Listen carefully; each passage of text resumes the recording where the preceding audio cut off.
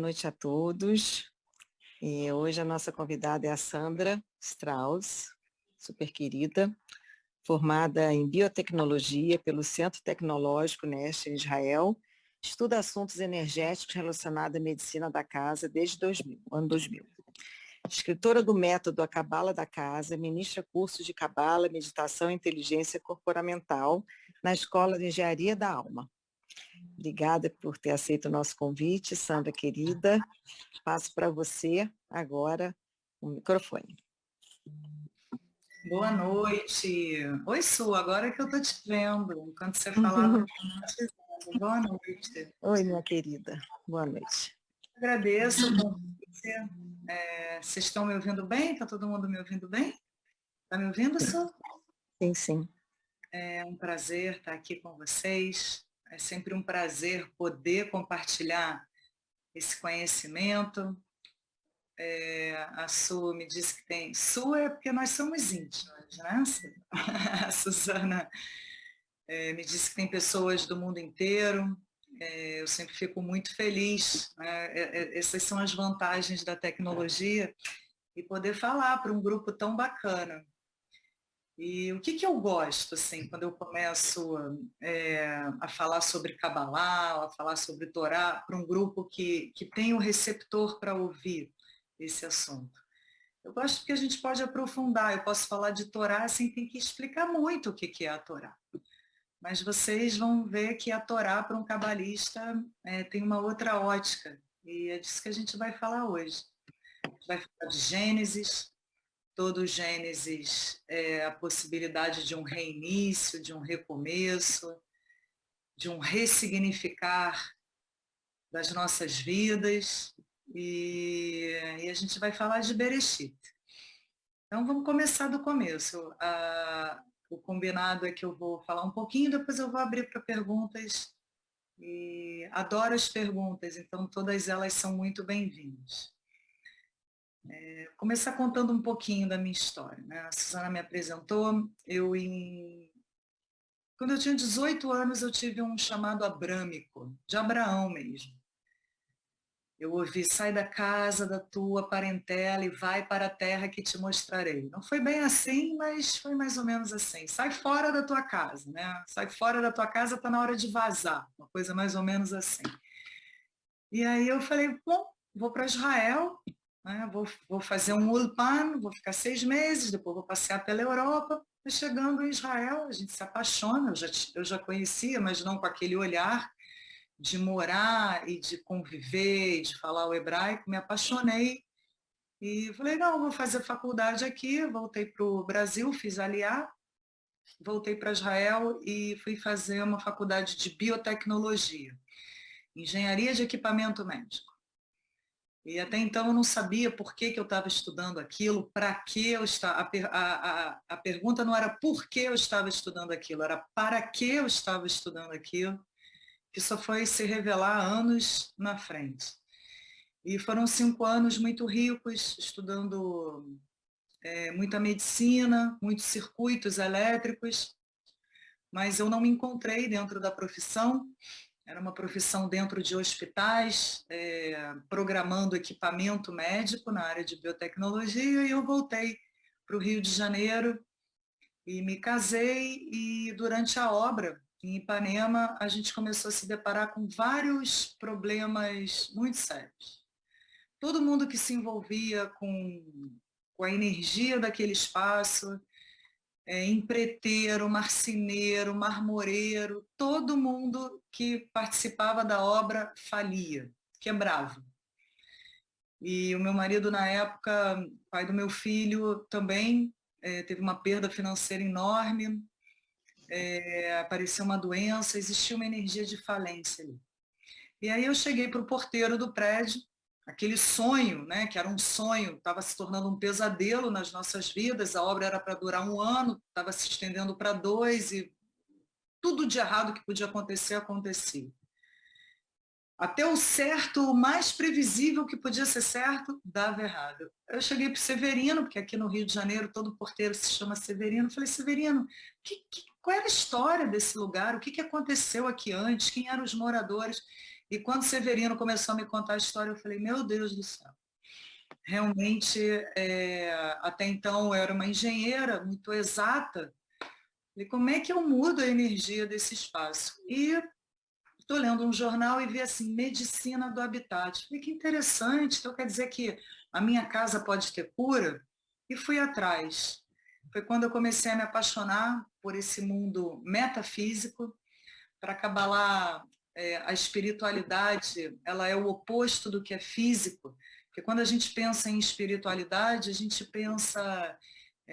cada um tem o seu tabu em relação à espiritualidade, mas espiritualidade é você ter intimidade com a sua alma, é você ter uma conexão com Deus. Espiritualidade é mais simples do que a gente acha que é. E conexão, quando eu falo conexão com a sua alma, conexão com as expressões da sua alma.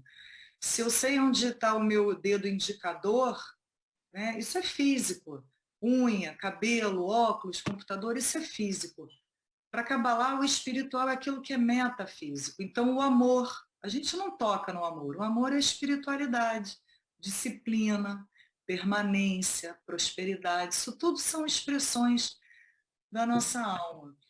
E eu comecei a me encantar com esse mundo, o mundo que não se vê, mas é tão real quanto o que se vê, inclusive até maior.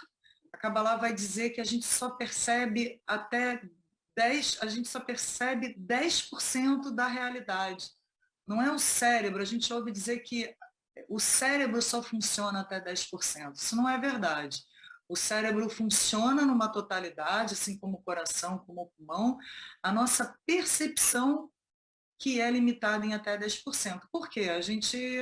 Eu perguntei isso para o meu filho. O filho, aponta para o seu nariz. Ele falou, pô, mãe, o que você quer com isso? Eu falei, aponta para o seu nariz. Ele, pô, meu nariz está aqui. Eu falei, e a sua disciplina está onde? Você não é uma pessoa, um cara disciplinado? Ele soa, mas onde é que está a minha disciplina? Está na alma. E quando a gente fala alma, normalmente a gente fala assim, a minha alma, né? E aponta para dentro, como se a alma estivesse dentro do corpo. Mas, na verdade, a alma é um campo de energia. Né? E a gente vai entender isso um pouquinho melhor. A gente é muito mais do que a gente pensa que é. Só que a gente só percebe aquilo que é físico, porque no mundo físico é assim que a percepção da realidade acontece.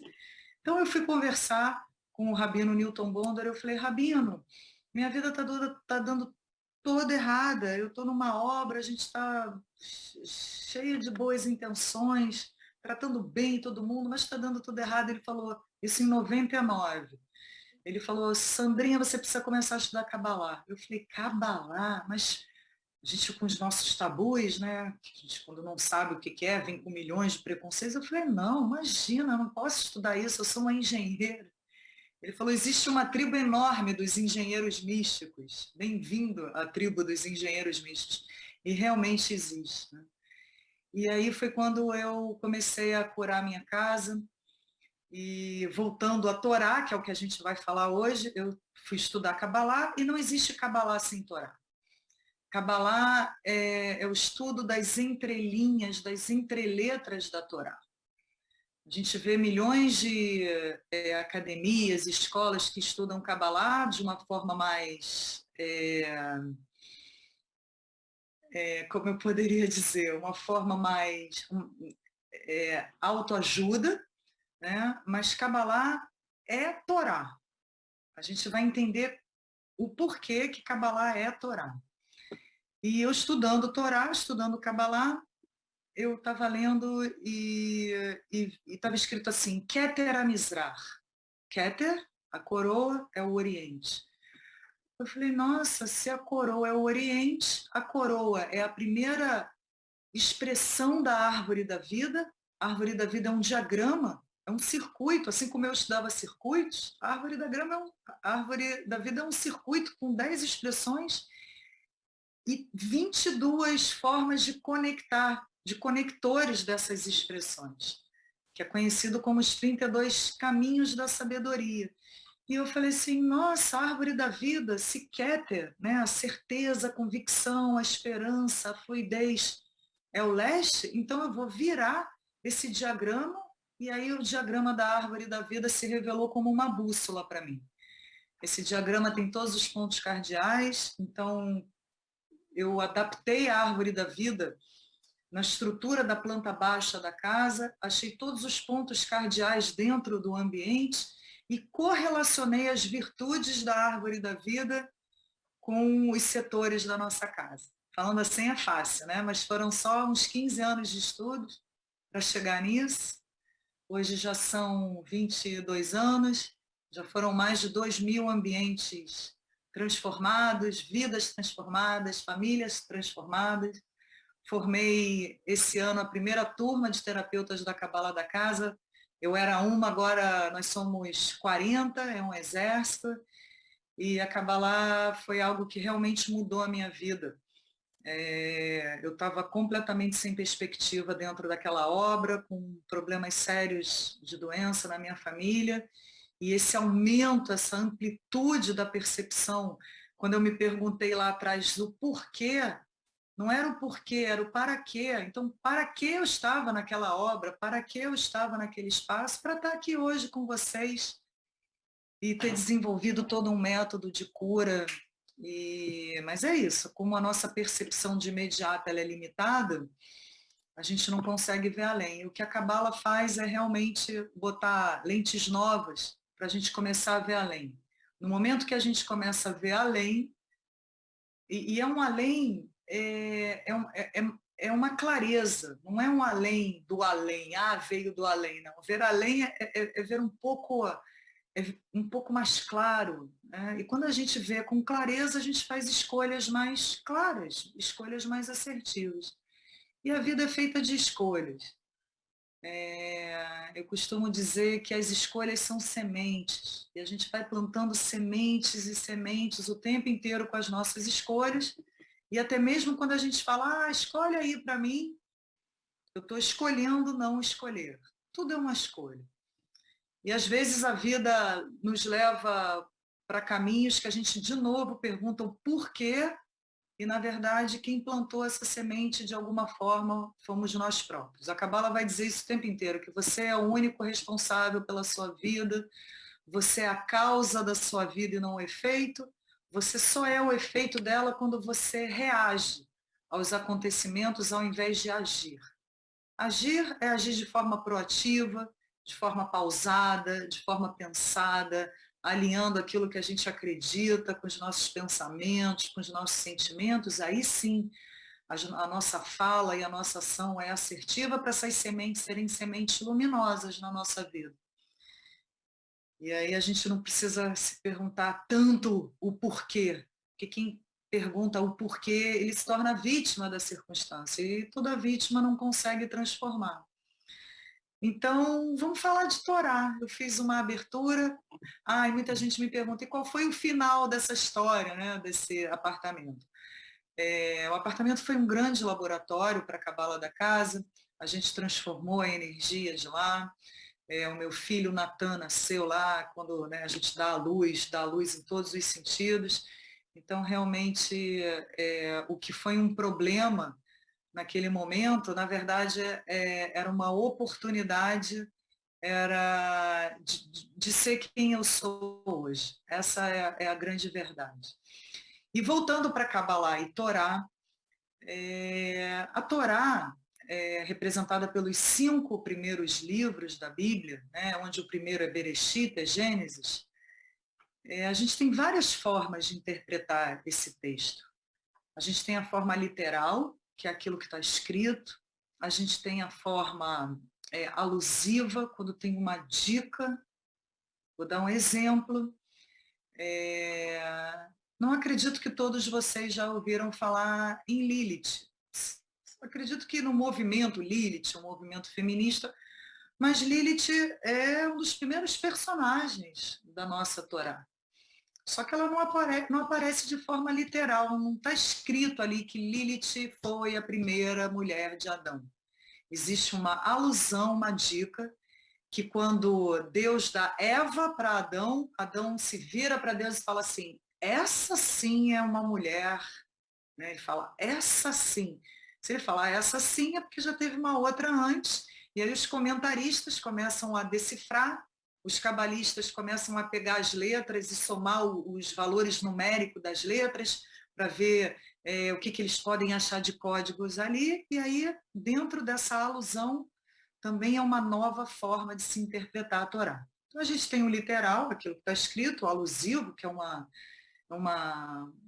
insinuação, né? Temos uma forma que se chama drash, que é a extração do sentido, a gente extrai um sentido e se torna um conceito comportamental, que eu adoro. Na verdade, eu gosto das 4 formas de interpretar. Né?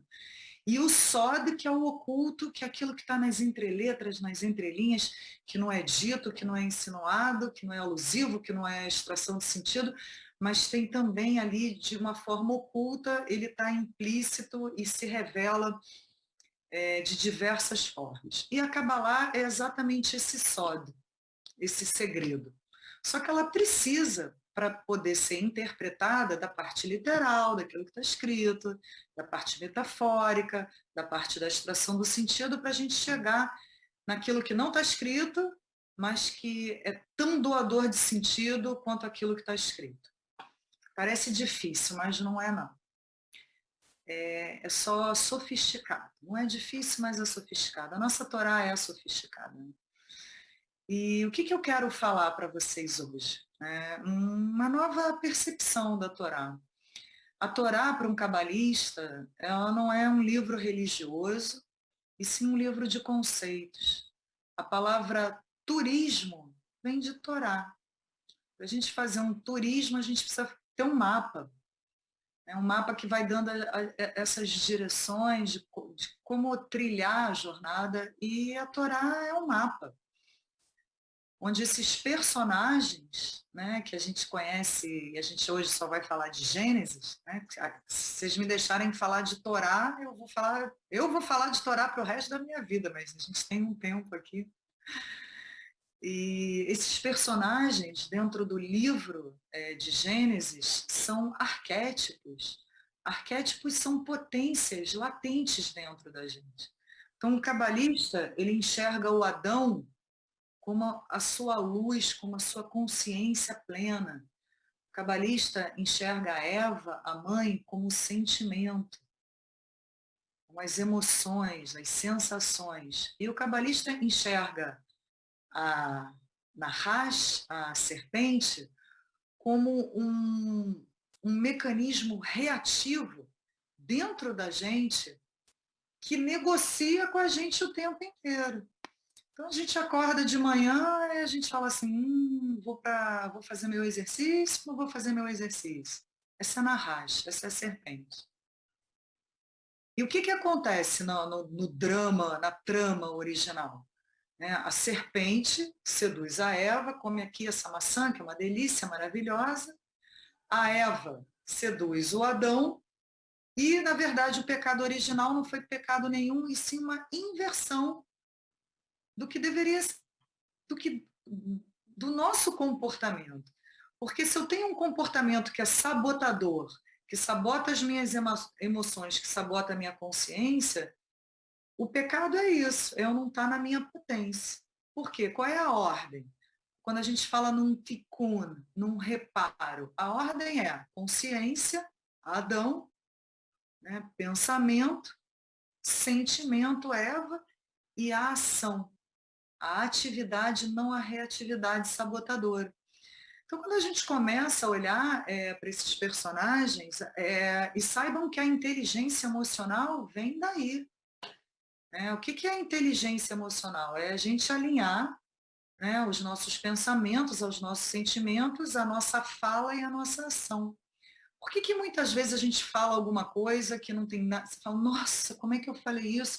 Se não é isso que eu acredito, se não era isso que eu estava pensando, mas a minha reatividade blá, blá, blá, saiu. Pecado original lá do Jardim do Éden. Né? E é tão interessante tudo isso porque Deus coloca esses 3 personagens num jardim. Ele não coloca numa floresta. O jardim é onde nós, seres humanos, podemos fazer interferências e moldar esse jardim. Isso moldar, né, ampliar nossa consciência com a espiritualidade, com aquilo que faz sentido, com a intimidade dos nossos talentos e dos nossos valores, para que os nossos pensamentos estejam em conexão com os sentimentos e a minha ação ser proativa e não reativa. Na verdade, a Kabbalah vai olhar, né, a maçã que não era uma maçã, era um figo, tudo é código para a Kabbalah. E tem uma aula que é muito bonita, que um dia eu vou adorar compartilhar ela com vocês, que é uma aula que eu comprovo matematicamente que Deus existe. Porque a Kabbalah, ela se comprova tanto linguisticamente quanto matematicamente. Se a gente pegar a palavra, eu sei que tem um monte de gente de Israel aqui, né? Se a gente pegar a palavra gravidez, eraion, e somar a letra rei, a letra reis, a letra yud, vav, nun, vai dar 237. 237 é o número de dias de uma gravidez. E o hebraico, gente, é todo assim. Ele pega o peso, né, das palavras e o peso, o valor numérico das letras e se comprova. É algo assim extraordinário. E linguisticamente, se a gente pegar a palavra amém, né, e se eu perguntar aqui, vocês vão dizer, amém é que assim seja. Amém é muito mais do que assim seja. Amém vem de emuná, que é crença. Amém vem de imun, que é treino. Então, amém é o treino da minha crença. E assim a gente começa a dar um sentido extra para as palavras, né, que quando a gente fala assim, abracadabra é hebraico. Abra de briar, né? E davar, cadabra, eu crio com as palavras. E as palavras têm esse poder que a Torá vai trazer para a gente, que tem de criação, de cocriação, de recriação da nossa realidade. Tem uma outra etimologia, um outro chores que eu gosto muito de trazer esse exemplo, que é o shalom. Shalom. O que é shalom? Shalom é paz, shalom é um cumprimento, né? Um oi, como vai. Shalom é muito mais do que isso. Shalom vem de lechalem, que é pagar, e de ler ashlim, que é completar. Então, quando que a gente tem paz? Quando a gente não tem dívidas, quando as coisas estão completas. Então, esse entendimento do hebraico, ele legitima tudo que eu estou falando aqui.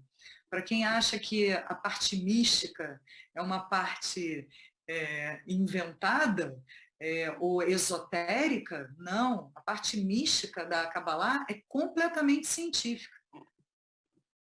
E ela se torna legítima através da matemática e através da linguística. Então, passamos lá por Adão, Eva, pela serpente, e 10 gerações depois de Adão, tudo é 10, né? As 10 sefirot da árvore da vida, 10 gerações depois de Adão vem Noé. E a gente até 2 semanas atrás estava falando de Noé. A gente está nesse momento do ano estudando Bereshit, estudando Gênesis. Noé traz toda a nossa parte interna de sustentabilidade. Noé já trazia esses conceitos ecológicos e tudo que precisa ser sustentado não é fácil, né? Essa palavra sustentabilidade, a gente precisa de muita consciência para cuidar do nosso lixo, muita consciência para cuidar do que precisa ser base, firmeza, estrutura na nossa vida. E Noé vai falar exatamente dessa estrutura. A arca, na verdade, de Noé, nada mais era do que um reservatório energético. Se a gente pegar as medidas, os cúbitos lá na Torá, e toda medida, quem dá é Deus. Deus é que dita as medidas de como vão ser construídas tudo. Né? A arca de Noé, as medidas da roupa sacerdotal dos Koanim. Deus é que dá as medidas. Né? E Noé, a arca de Noé, na verdade, tinha 3 níveis. O primeiro nível era o lixo. Né? Olha a consciência, né? Tudo que precisava ser guardado e que em breve seria descartado. No segundo nível da arca, os animais, a nossa natureza instintiva. E no terceiro nível, a família, aquilo que deveria ser a coisa mais evoluída. Mas a gente está aqui para fazer tikkun, a gente está aqui para fazer reparo, a gente está aqui para fazer acertos e consertos. Quem dera, né, as nossas famílias, né, tivessem no nível mais elevado e todas as conversas fossem conversas de entendimento e não de discórdia, e tudo que fosse gerado na nossa família fosse amor e não ódio, como muitas vezes acontece. Então, Noé já traz essa estrutura de como as coisas devem ser estruturadas. Né? A nossa natureza animal, que é representada pelos casais dos animais, ela é instintiva. E tudo que é instintivo, ele serve ao mesmo tempo para dar uma segurança vital para a gente, mas tudo que é instintivo é muito reativo. Né? O instinto ele reage de imediato, onde a Cabala vai dizer o tempo inteiro que a gente tem que pausar para agir ao invés de reagir. Por isso, conte até 10. Né? Antes de reagir, conte até 10 e reestruture, né, seu reservatório energético. Tem uma outra característica de Noé que eu gosto muito, porque, na verdade, a ideia é trazer esses arquétipos como centelhas latentes dentro da gente. E Noar, quer dizer tranquilidade, quer dizer serenidade. Como é que a gente vence, né, nesses dias tão difíceis, né, nesse dilúvio de informações, dilúvio de vírus, né, nesse Mabul? Né? Mabul vem de Mebulbal, vem de falta de referência. Né? Como é que a gente vence o dilúvio dessas águas turbulentas pela qual a gente vem passando? Como Noar, com serenidade, com tranquilidade. Porque se panicar, imagine um marinheiro que está lá no meio né, velejando, e começa a panicar, deu pânico. Como é que ele resolve? Ele tem que voltar ao arquétipo, a centelha de Noar dentro dele, de Noé, que é a serenidade, é a tranquilidade. E para isso existem as práticas de meditação. Né? E meditação é respirar. Eu adoro essas etimologias. Né? A palavra alma, neshama, e neshima, respiração, é a mesma palavra. Então, quando eu respiro, eu cuido da minha alma. E meditação não é esvaziar a mente. Meditação é respirar com consciência no ar que entra e no ar que sai, para eu conectar a minha alma ao meu corpo. Né? É trazer o meu espírito de volta para o corpo. Como é que a gente faz isso? Respirando. E assim a gente ressurge com Noé dentro da gente, porque afinal de contas a Torá é um livro vivo. Ela está viva dentro da gente, ela acontece dentro da gente. E aí vão passar 10 gerações em Abraão. Você vê que pouco se fala, né, da mulher de Noé, o feminino, a energia do feminino muito pouco explorada, não da mulher, do feminino, porque todos nós temos né, a energia feminina e a energia masculina. A mulher tem energia masculina e energia feminina, o homem tem energia masculina e energia feminina. Para nós mulheres, se a gente não tem a energia masculina, a gente não realiza, a gente não tem ação. O que é energia masculina? A energia masculina é a que vai para fora, é a ação, é a assertividade, é o foco. A energia feminina ela é para dentro, assim como os órgãos sexuais. Né? Ela é introspectiva, ela é curativa, ela é acolhedora.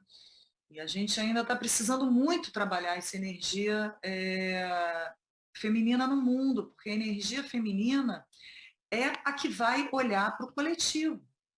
Né? A gente começou essa pandemia, isso ficou muito claro, que se eu não cuidasse do coletivo, que o mundo ia acabar, que o outro sou eu.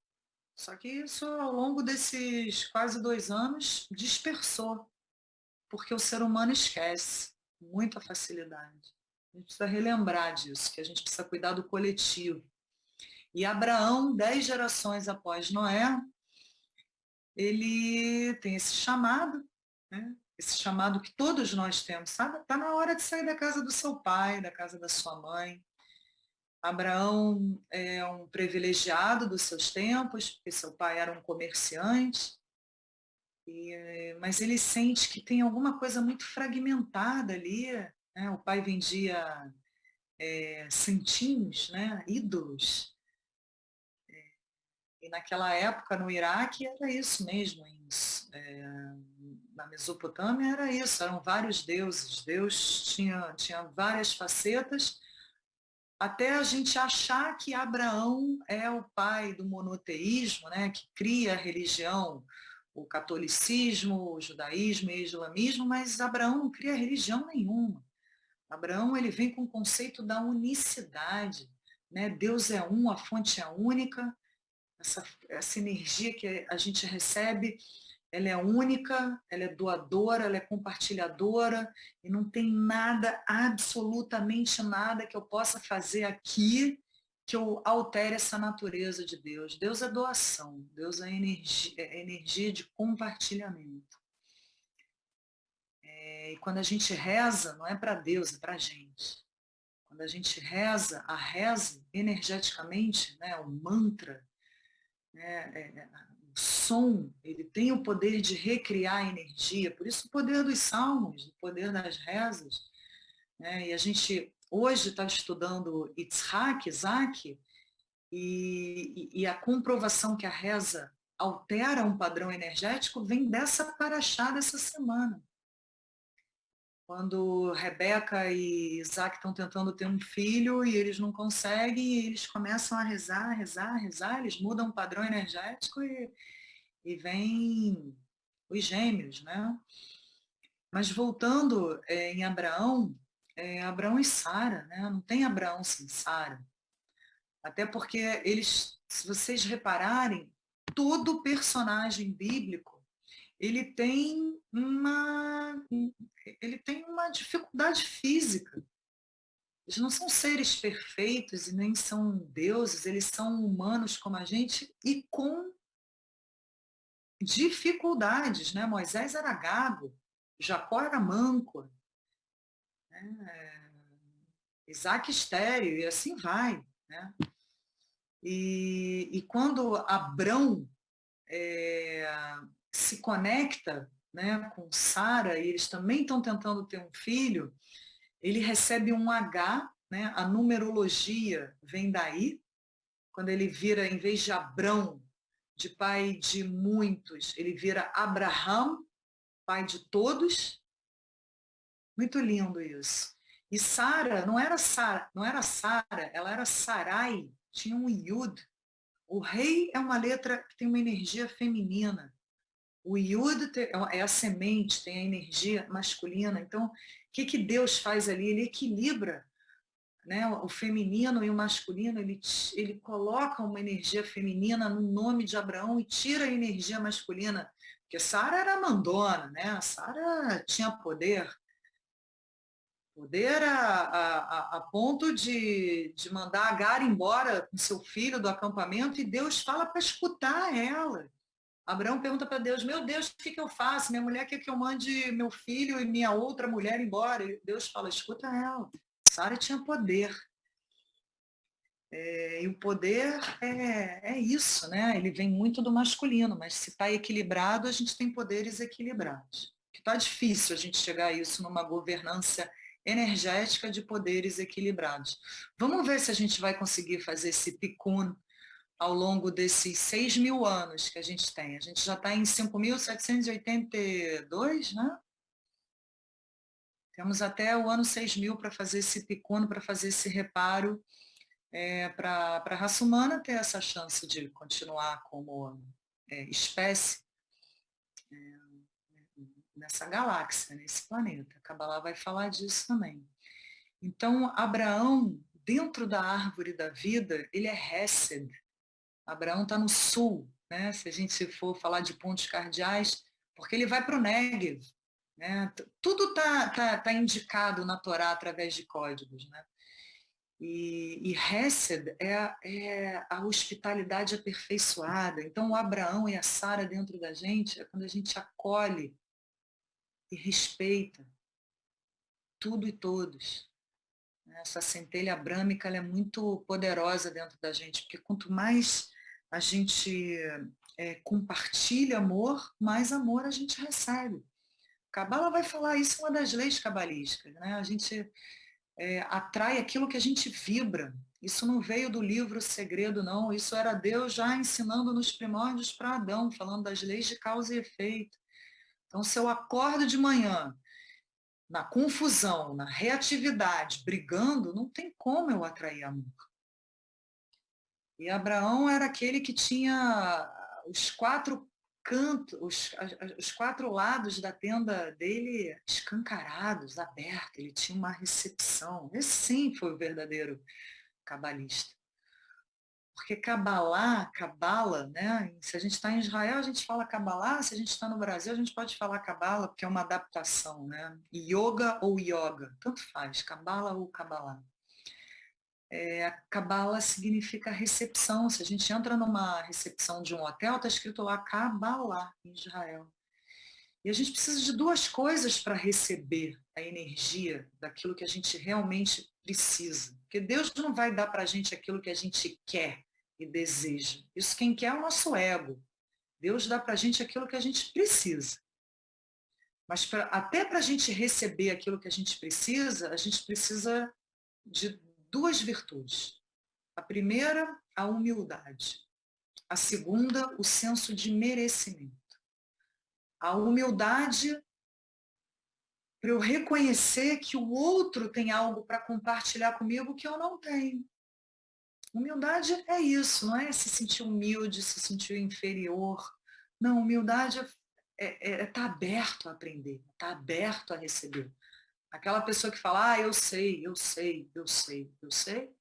ela é arrogante, porque não por ela ser, né, pejorativamente arrogante, mas por ela já saber de tudo, ela já sabe de tudo, não tem mais nada para aprender, ela não tem humildade. Ela tem uma deficiência no seu campo receptor. E senso de merecimento, porque muitas vezes a gente não se sente merecedor, merecedora. E isso é um trabalho que a gente precisa fazer de autoconhecimento para estar sempre com os nossos valores. Né? E aqui fica uma pergunta, quais são os nossos valores? Porque quando a gente reconhece os nossos valores, eu estou apontando aqui para a barriga, que o chakra básico fica na barriga, a nossa autoestima fica na barriga, não dentro da barriga, mas em frente à barriga, no campo energético. Assim como a intuição está do lado direito do cérebro, né? A gente escuta dizer, o lado direito do cérebro é intuitivo, o lado esquerdo é cognitivo. Mas não é dentro, é aqui. Dentro a gente tem células. Intuição não é físico, é alma, é espiritualidade. Então, a autoestima, ela está assim, a 3 dedinhos abaixo do umbigo. E para a gente ter um senso de merecimento e receber aquilo que a gente precisa estar com essa autoestima alinhada com os nossos valores. Então, senso de merecimento e humildade para a gente poder receber. E isso era Abraão. Abraão tinha esse senso de... Abraão e Sara, né? Tinha esse senso de merecimento e esse senso de humildade. E aí, quando a gente vem para o filho, né, de Abraão e Sara, essa passagem do sacrifício de Isaac, que na verdade não é sacrifício, está escrito Akedat Yitzhak. Akedat é amarração, mas foi como foi traduzido. E é interessante que Isaac, ele é Gevurá na árvore da vida. Gevurá é uma contenção, enquanto Abraão é expansão, é o sul, é Hesed, Isaac é o norte, é a contração. Isaac não vai nem em busca de Rebeca, né? O pai manda, né, o seu servo Eliezer ir lá buscar a Rebeca. E Rebeca é aquele arquétipo feminino que vai às cegas, sabe? Você quer vir para a nossa terra, que lá tem um marido, ela fala, eu vou. Não sei nem para onde eu vou, né? Mas me leva, eu vou. Né? Aquela coisa bem feminina mesmo, né? Que segue a intuição e segue o masculino, né? Mas a gente está falando de Isaac. Isaac é a contenção, é a disciplina, é o Gevorá na árvore da vida, e por isso a amarração do tefilim vai ser no braço esquerdo. Tudo tem um porquê. A amarração é a gente amarrando o nosso Yitzhak, nosso Isaac, né? E o tefilim, não sei se vocês sabem, tefilim é uma palavra em aramaico. Tudo que termina com nun, num formato de plural, porque no hebraico tem que terminar com in, né? Mas termina com in, tefilim é em aramaico, quer dizer leme.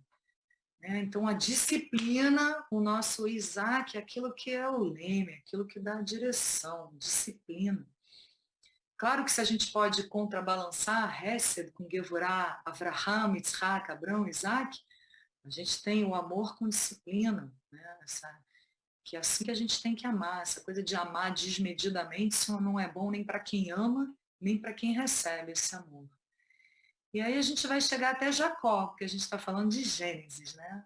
Porque os outros arquétipos já são Moisés, Arão,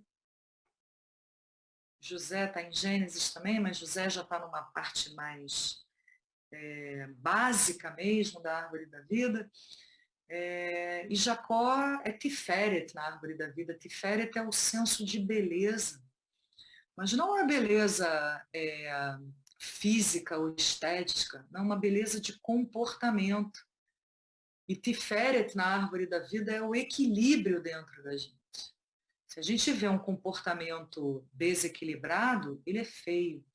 E Jacó era aquele que reconhecia Deus em todos os lugares. Ele fala, Eish Adonai Bamakom Azeh, ele reconhece, né, o sagrado em todos os lugares. Então, esses arquétipos, se a gente tem esses arquétipos latentes dentro da gente, a gente tem toda a força interna dos nossos gênesis, do nosso reinício, do nosso recomeço, do nosso restart, né? do nosso recomeço, para poder ser a causa da nossa vida e fazer escolhas claras. Então, vamos fazer uma retrospectiva para eu abrir para... Nossa, gente, 9h54, eu falo a beça, né? Então, Adão, nossa clareza, nossa convicção, Eva, nossos sentimentos alinhados com essa clareza, né? Noé, a tranquilidade que eu preciso através da respiração, está sempre alcançando. Noé, a serenidade, Abraão, a minha hospitalidade, a minha humildade, o meu desejo de compartilhar, o meu amor, Isaac, a minha disciplina, e o Jacó, o meu equilíbrio, a minha forma elegante de comportamento que equilibra, porque um termômetro para ver se o meu comportamento está equilibrado ou se não está equilibrado é a forma como eu conduzo esse comportamento. Eu posso fazer uma tzedakah de uma forma bonita, como eu posso jogar o dinheiro e falar, toma aí. Então, a forma, o como, isso é o Jacó dentro da gente. Falei muito, hein? Eu ia passar slides, mas eu acho que eu trouxe, né, um pouquinho do que é Kabbalah, do que é a Torá para um cabalista. É uma abordagem diferente, é uma abordagem energética,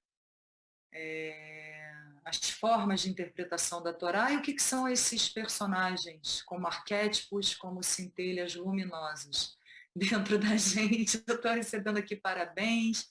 Que bom que vocês estão gostando.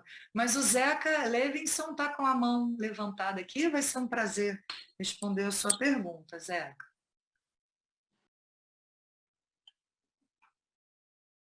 Como é que abre o microfone do Zeca, Suzana? Zeca, abre o microfone, Zeca.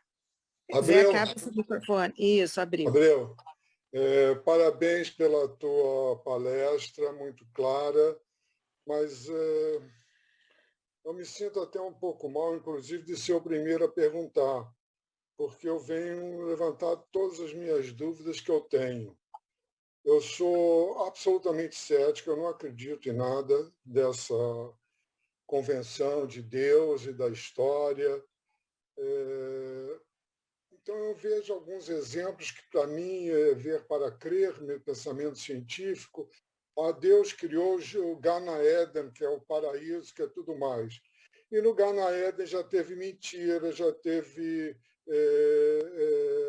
fugir às ordens dadas, já teve fratricídio no Gana Éden. Ele criou lá antes uma Lilith, com toda a história que envolve a Lilith. Então, eu não vejo como acreditar em Noé, que Deus tenha matado o mundo todo, todos que viviam antes, para salvar o Noé e os seus bichos que ele conseguiu, de alguma maneira, chamar caso a caso. Como acreditar num Deus que liquida Sodoma e Gomorra porque alguém lá era ruim, mas matou muito inocente nisso também? Então, vai me criando muitas e muitas dúvidas. Dizem que é preciso, dizem alguns que você tem que entender para crer, mas dizem que a verdade é que você tem que crer para entender. Quer dizer, quem crê, entende. Então, acabou. Ele entende tudo mais.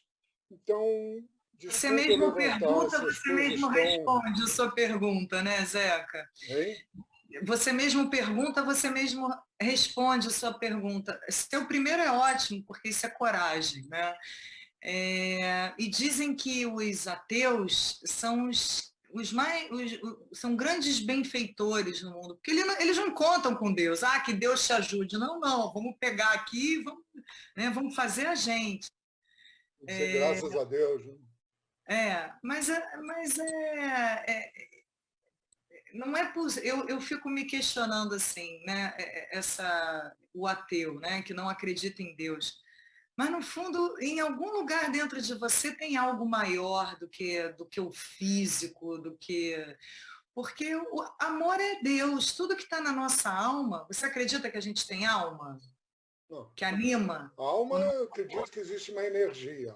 Alma, nesse sentido que você dá, não acredito. Energia existe, é físico, existe. Não, então, mas toda energia precisa de algo físico para se manifestar. Então, se a gente pegar lá as células e dividir as células, a gente vai ver que tudo é energia. Por mais científico que a gente... Tudo começa numa energia invisível que vai se materializando até chegar nos corpos, né? Deus é energia, né? E se a gente... e eu acho interessante porque, como eu vivi em Israel há muitos anos, né, os judeus seculares, os israelenses seculares, os judeus seculares, como a gente for chamar, muito deles também não acreditam em Deus. Né? Não tem que Deus é um ser ou um velhinho de barba. Não, a Kabbalah vai dizer que é uma fonte única, doadora, compartilhadora de energia, mas que provê absolutamente tudo, porque se essa fonte seca, a vida seca. Então, é difícil, né? Esse entendimento é muito difícil. A gente não entende Deus. Para mim, inclusive, desculpe te interromper, é difícil acreditar no que está escrito na Torá como fato verdadeiro, como um livro de história geral que a gente vai para a escola e estuda a história geral. Quem escreveu, como que escreveu, quem é que viu aquilo? Ninguém viu Adão e Eva, ninguém viu a Arca de Noé, ninguém viu Abrão lá com Isaac, quase matando Isaac. Quer dizer, são todas histórias belíssimas, muitíssimo bem contadas, mas que não tem nenhum, para mim, sou tão cético, tão materialista, não tem um conteúdo de base para dizer, não, isso pode ter existido devido a isso. A Torá é só tem crença. Não, a Torá tem um conteúdo histórico, sim, comprovado, talvez não tudo, né? Mas tem um conteúdo geográfico e histórico, sim. Quando a gente vai a Israel, tudo isso pode ser inventado? Até poderia. Mas o que acontece? Isso tudo está num consciente coletivo. Então, a partir disso, ele se torna real. Ok. Obrigado. Por isso, Zeca, o nascer venishma. O que é o nascer venishma? Primeiro faz, depois entende. Não é primeiro entende e depois faz. Por que a gente acende as velas do Shabat? Eu não tenho esse entendimento. Primeiro eu faço, primeiro eu acendo, depois eu entendo. Né? Então, nascer Venishma, isso é uma expressão que um dia a gente pode fazer uma aula sobre nascer Venishma, que eu acho que para você vai fazer muito mais sentido. É verdade. Obrigada, Zeca. Obrigado você. Você está onde? Em que lugar? Rio de Janeiro, Rio de Janeiro. Você está onde? Eu estou na Lagoa Rodrigo de Freitas. Ai, que maravilha, estamos pertinho. Você tem uma vista lindíssima, criada por Deus, provavelmente. Exatamente. E tão bonita que é. Obrigada, Zeca. A gente tem a Mirelle. É Mirelle ou Mirelle? Mirei. Eu gostei muito do que você está fazendo referência, Sandra. Eu tive uma experiência quase morte há 20 anos atrás e eu cheguei a desligar. E eu sei o que eu senti e para mim aquela energia é Deus. E eu estou aqui. E ele conseguiu fazer com que alguém viesse na minha casa no dia errado, que acabou sendo certo, inclusive me abençoando com essa missão de paz. A minha pergunta para você é: o que exatamente você fez para mudar aquela energia tão pesada, né? Que às vezes a gente, sem querer, a gente até tem essa experiência de você chegar em um determinado local e você sente aquele ar pesado. Eu sou muito sensível nisso, e até com pessoas eu consigo sentir a energia da pessoa. Naquele momento que meu corpo desligou, a minha essência mudou. É muito interessante. E eu até conversava com médicos e eles não conseguiam entender o que eu estava me referindo, porque a maioria cuida da matéria e não desse lado espiritual. Obrigada pela sua fala. Eu que agradeço você compartilhar a sua história. É uma oportunidade e eu acredito que a sua vida mudou a partir daí, né? As suas escolhas. 100%. O que eu fiz, Mirelle, o que as letras do alfabeto hebraico, elas têm uma vibração, elas têm energia. Sim. Então, a cabala da casa é você identificar as fontes energéticas a partir dos pontos cardeais. O meu quarto é o leste. Então, o leste é o Keter, é a minha convicção, é a minha certeza, é a minha esperança, a fluidez. Quando as coisas não estão fluindo, quando eu estou com muitas dúvidas, quando as coisas estão obscuras, eu preciso ir até o canto leste, estou dando exemplo como se fosse um quarto, e ali colocar uma determinada letra do alfabeto hebraico, que cada letra tem um valor, cada letra tem a sua virtude, e essas letras vão recriando a energia do seu espaço. Eu tenho um livro, A Cabala da Casa, o livro ensina a fazer, desenha a planta baixa da sua casa, divide em 8 fatias, o livro é todo muito didático. Eu dou aulas de cabala também, hoje eu tenho uma escola chamada Engenharia da Alma, é tudo online, foi tudo adaptado para o mundo virtual. E a gente estuda, eu dou aula todas as terças-feiras, 8h30 da manhã. É maravilhoso porque a gente estuda a Torá, a gente esse mês está estudando como cuidar da saúde mental. Todos nós estamos precisando e cada vez eu vou descobrindo que se a gente está falando de forma muito apressada, sem ser pausada, a nossa saúde mental está comprometida.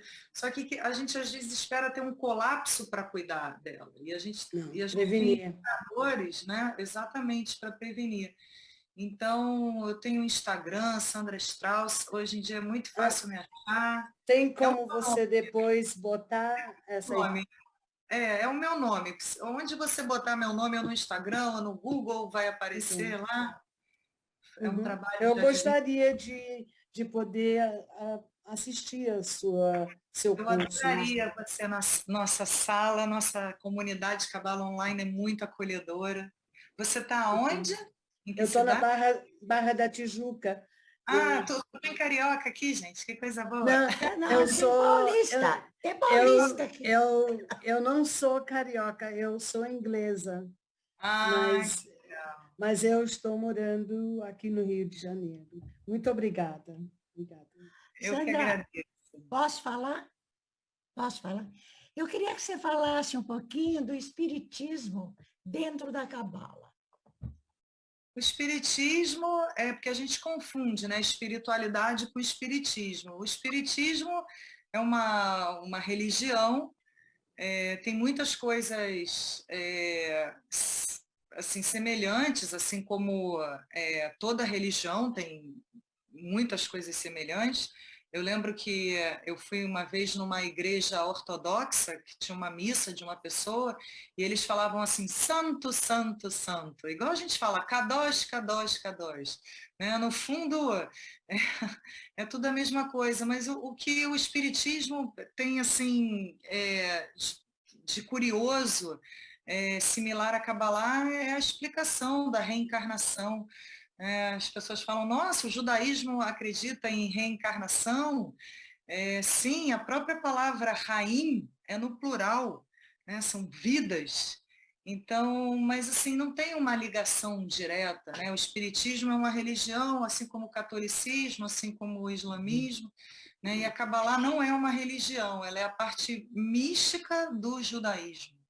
Né? Mas a reencarnação na cabala é diferente do que fala o espiritismo. Qual é A forma de explicar, né? O Dharma, o Karma, isso aí, Sima, isso é um assunto assim, muito extenso. É um assunto muito extenso. Mas só o que é bacana ficar aqui para a gente é que a gente traz memórias de outras vidas, sim. E se a gente não faz o tikkun, se a gente não faz o reparo nessa vida, na próxima a gente vem com o mesmo reparo para fazer. Uhum. Então Obrigada. vamos preparar tudo que a gente precisa reparar para na próxima vida, sei lá como é que a gente vem. Né? Obrigada. Obrigada. A gente está com a Raya? Raya. Raya, né? Está com a mão levantada. Boa noite, Sandra. Boa noite. Eu achei um outro foco, né? Vamos dizer, eu tenho algumas coisas em vida que acredito e você trouxe uma outra linguagem também, uma outra interpretação, né? Exatamente o que a Sima perguntou sobre reencarnação, a minha preocupação é como você vê a morte.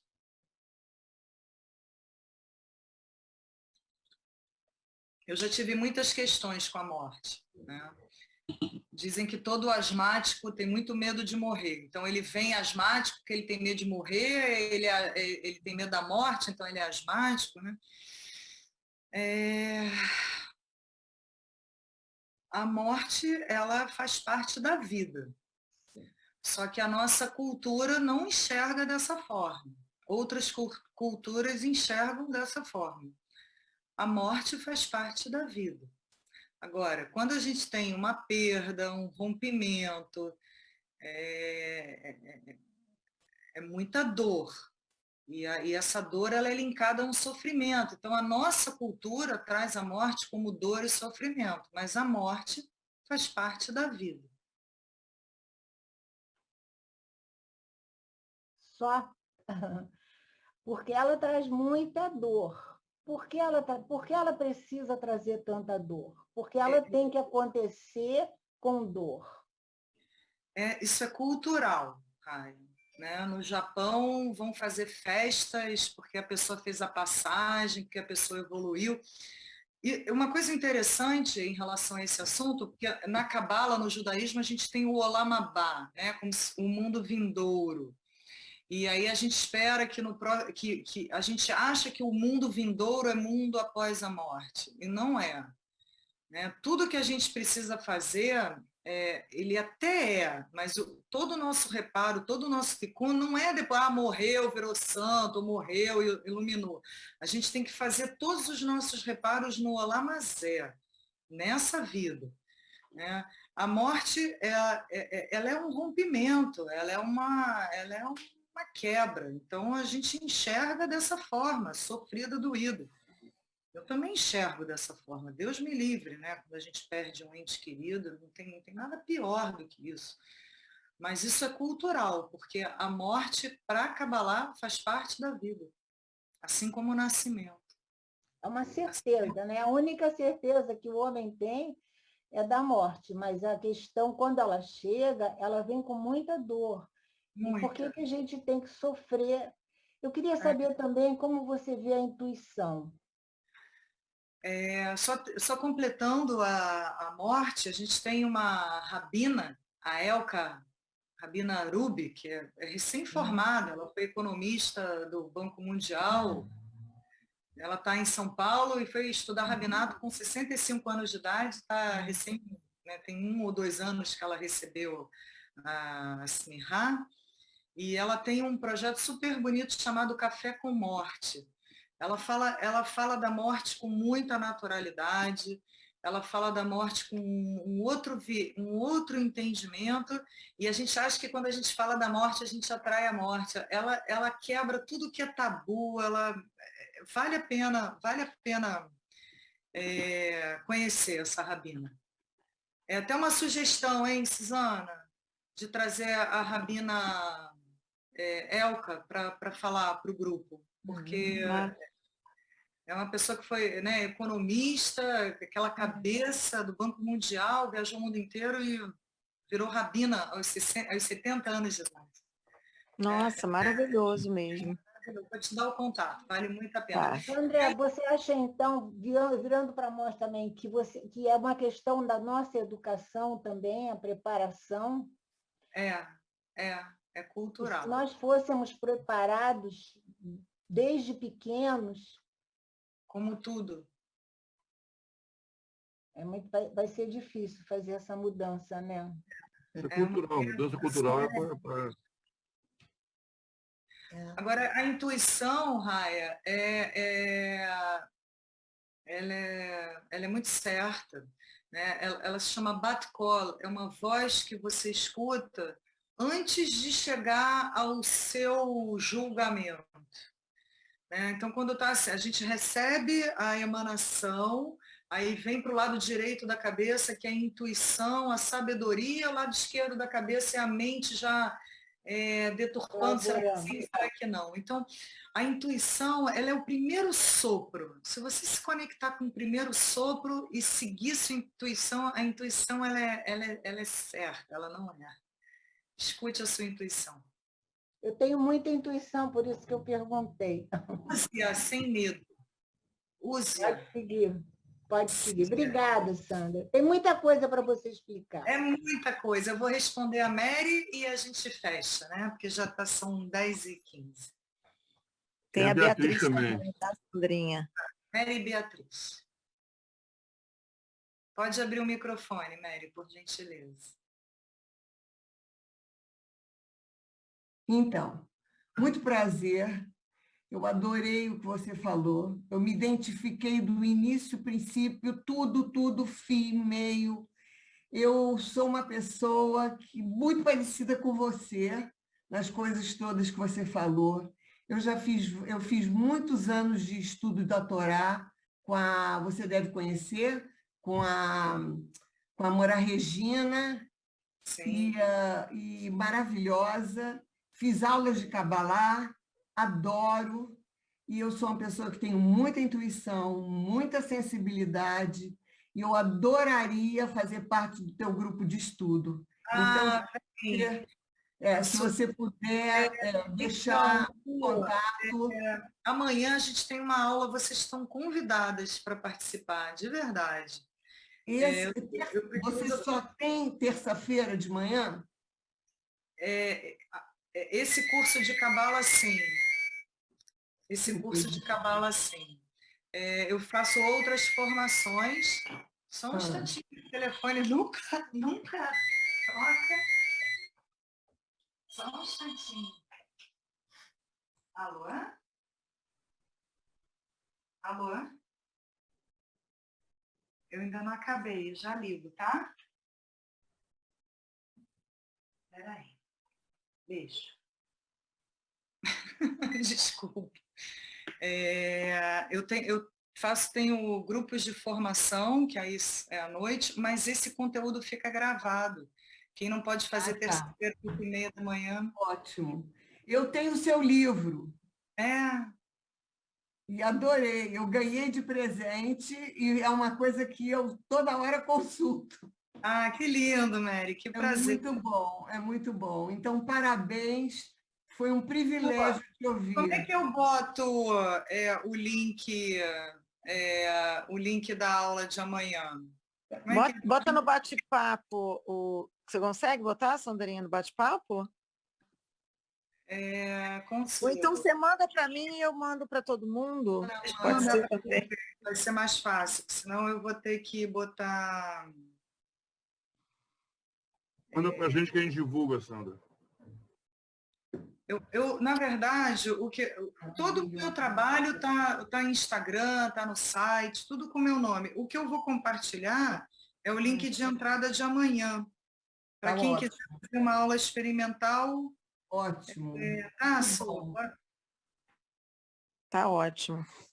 E essa semana a gente também tem um aulão da escola, um aulão gratuito sobre propósito. Propósito é igual talentos mais valores. E é com uma uruguaia que fala português chamada Tali Raia. Quando vai ser? Quando e onde? Quinta-feira às 7h30, tudo no Zoom, tudo nosso é digital. E isso está no meu Instagram. Está lá no link. No teu Instagram? Está na bio.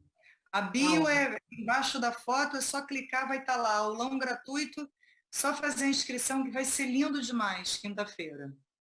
Perfeito, maravilha, parabéns. Obrigada. E a Bia já faz parte da comunidade Cabala Online também, de Recife. Tova a todos. É um prazer, é uma alegria e uma verdadeira brachá, uma bênção de Deus. Sempre digo isso para você e sempre vou dizer, se Deus quiser. Você é realmente uma brachá, uma bênção de Deus. Eu não vou nem fazer uma pergunta, na verdade eu vim só referendar e recomendar seu livro, seus cursos, a sua visão. Você é uma pessoa assim, realmente tem uma hora que tem uma centelha divina, tem uma verdadeira luz divina. Então, assim, quem puder fazer, eu sou depoimento vivo aqui, tanto como pessoa, tanto como também coisas que têm a ver com o meu trabalho também, né? Então, assim, é uma pontuação, eu já falei demais, até porque eu falo muito, mas realmente que vale a pena muito, tantas aulas, os cursos, e saudar a Bá por tudo, e rola cabota pela aula. Um beijo. Obrigada, um beijo. Sandra, dá licença, Sandra. Eu vou pedir desculpas mais uma vez do que eu falei, que pode ter agredido. Não era nenhuma intenção de agredir, era tirar minhas dúvidas somente, tá? Eu espero que eu tenha tirado, porque eu não gosto de ninguém com dúvida. Tirou não, menina. Zeca. Mas imagina. Tá bom, então. Mas valeu, muitíssimo obrigado, viu? Eu que agradeço. Suzana, você fecha? Posso fazer uma perguntinha? Eles estão pedindo para colocar o link aqui. Você vai pôr, Su? Eu te mandei no WhatsApp. Peraí, vou botar agora, só um minuto. Sandra, antes da sua despedida, eu queria... Estou com uma dúvida também, rapidinho. Aí você se despede e eu anuncio a nossa próxima Segundas Intenções. A gente conversou, né? Eu só queria uma coisa. Como é que a Cabala entende, vê, interpreta premonição, déjà vu? Como é que funciona isso na tua experiência? Uma tua interpretação. Existe a premonição, por quê? Einstein, né? Agora eu vou falar para o Zeca, né? Einstein mesmo disse que o passado, presente e futuro está no mesmo tempo, eles acontecem no mesmo tempo. Essas dimensões, né, o tetragrama Yud, Rei, Vav, Rei, Adonai, quando a gente soma as letras, dá 26. A NASA, há uns 5, 6 anos atrás, trouxe a informação que a gente vive em 26 dimensões. O que isso significa exatamente, eu não sei, porque a gente enxerga tridimensional, né? É altura, largura, profundidade. O déjà vu, e no caso que a gente poderia, foi uma premonição, ou quando eu vejo alguma coisa que parece que eu já vi, é essa mistura dos tempos, que no mundo espiritual, o tempo não é mensurável com 24 horas no dia, ele tem uma outra dimensão, e isso é bíblico, né? Deus criou o mundo em 6 dias. Não foram 6 dias, porque o Sol e a Lua só foram criados no 3º, no 4º dia. Então, o tempo na dimensão espiritual, ele é diferente do que na dimensão física.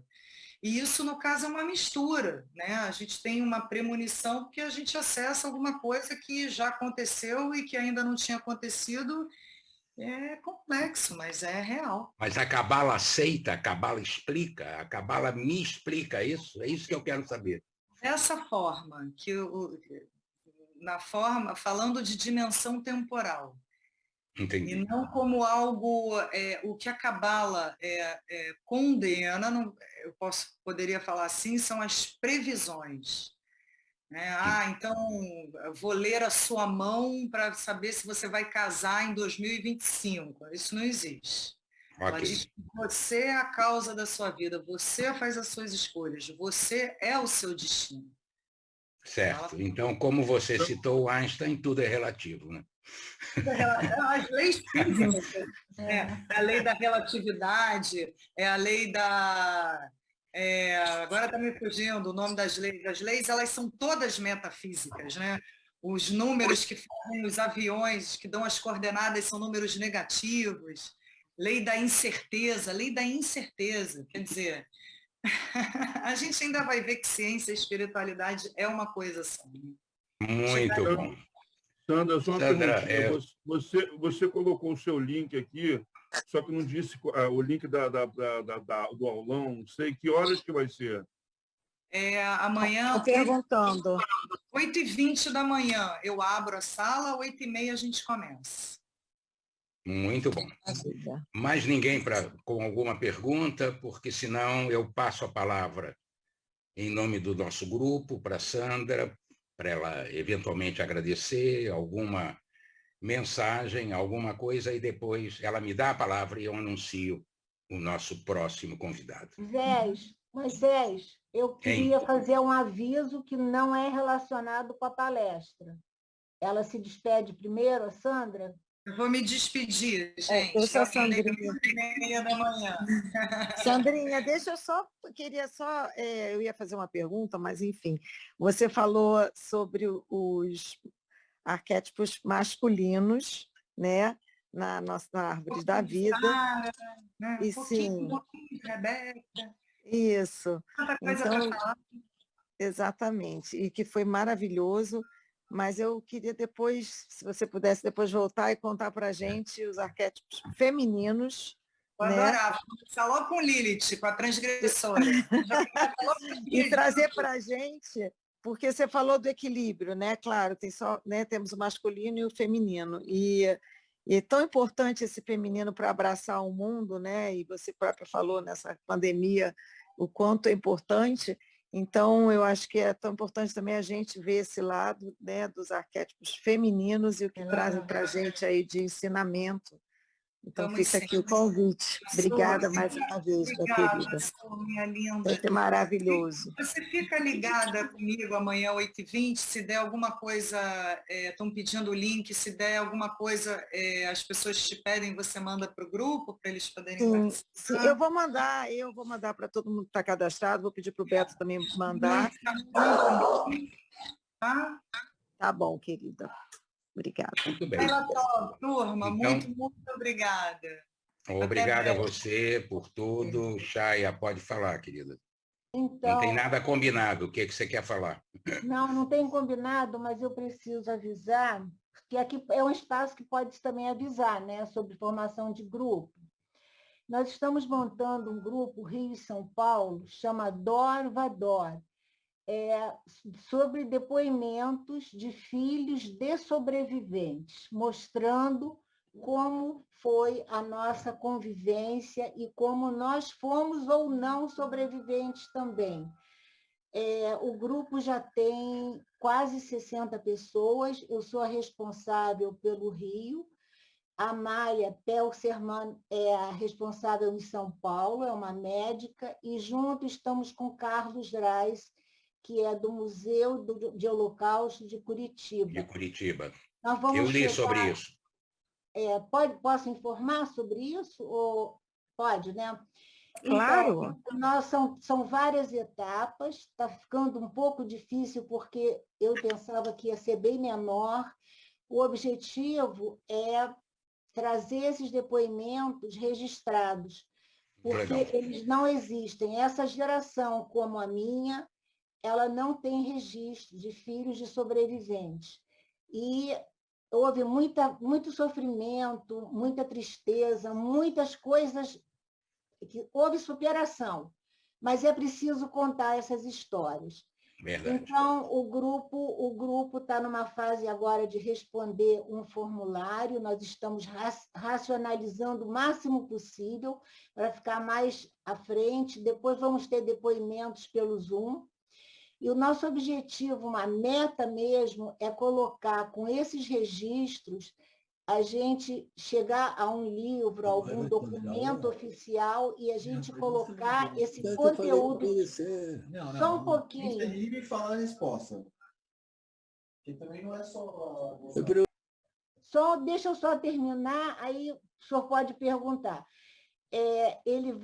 A gente quer mexer no currículo de história geral, não é de história judaica não, porque já existem nas escolas, todas as escolas dão esse conteúdo.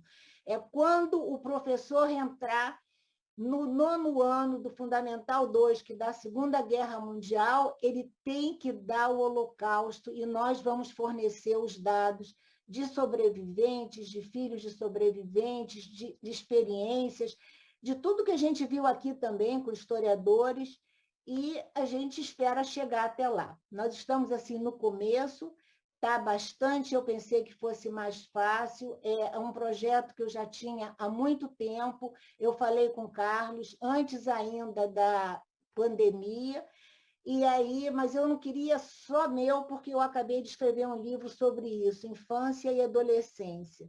Mas eu acho que um grupo que eu conheci na escola judaica, éramos muito sofridos, todos filhos de sobreviventes, a maioria da minha turma, a maioria do Achomer. Então, a gente precisa botar isso para fora. Muitas pessoas saíram... Isso tem que virar memória, Chaya. Parabéns pela ideia e conta com a gente também. Deu para entender. Eu estou avisando que se aqui houver gente que queira entrar no grupo, eu que faço a entrada pelo Rio de Janeiro, pelo Muito WhatsApp. bem. Perfeito. Boa ideia. E eu já quero dizer que o nosso próximo assunto, super atual, terá como convidado o médico Francisco Moreno de Carvalho, doutor em Filosofia Judaica pela USP de São Paulo, com estudos de pós-graduação em Pensamento Judaico e História da Medicina na Universidade Hebraica de Jerusalém. O tema, Ética e Medicina, do Talmud a Maimônides, e de onde provém o direito de se curar. Curar é um direito diante da doença ou um dever diante da saúde, diante da vida? Tudo isso será debatido na próxima segunda-feira pelo Dr. Francisco Moreno, dia 25. E não é necessário marcar consulta, nem ter plano de saúde. Basta entrar no Zoom, segunda-feira, segundas intenções, 21 horas. Até lá, cuide-se, obrigado pelo carinho e tudo de bom até segunda. Vamos de Maimônides, segunda-feira. Falando de saúde, numa época pandêmica. Então, mais atual, não tem. E hoje é o Dia do Médico. Então, exatamente, que eu ia falar. Vamos dar parabéns a todos os médicos. Parabéns à vida, né? De todos. Amém. Parabéns à vida. Para ajudar. Parabéns à vida. Ok, obrigado mais uma vez em nome do grupo. Obrigada.